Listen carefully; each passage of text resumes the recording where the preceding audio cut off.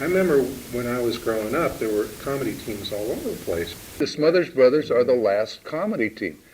I don't know why they don't do it. It's much more complicated. It takes much more tolerance on the part of each partner to contribute in that intimate of a relationship.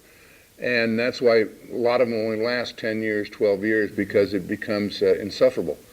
And Dickie and I have legendary fights that we could clear a room. There's nothing more disgusting than hear two brothers let loose on each other. Fights. We disagree on what time we should be there. We disagree on food. We disagree on lifestyles. We don't like the same.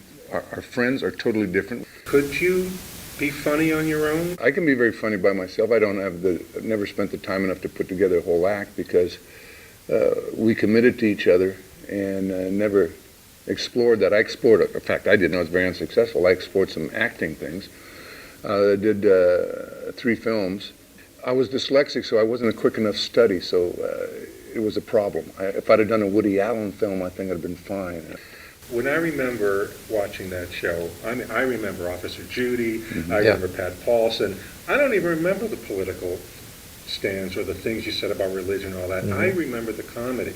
Did you see that show as comedy with a little bit of politics, or was it a forum for your political views, or what? No, just like a lot of people in America during the 60s and during the escalation of the Vietnam War and voter registration and civil rights, our consciousness evolved in the process of doing the show.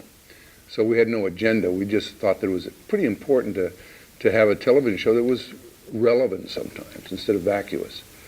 And if we reflect things that were happening out there, we did. And it was always done in great humor. If we had an agenda, we were looking for college graduates, white-collar workers.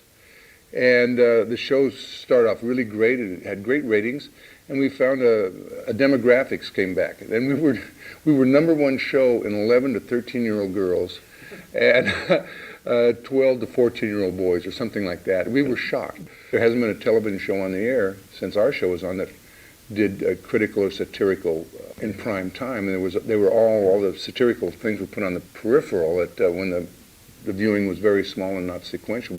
When we criticized the war or things like that, it got very heavy. Was there a last straw that the censors just couldn't take? Well, it was really the last straw was when Nixon was elected.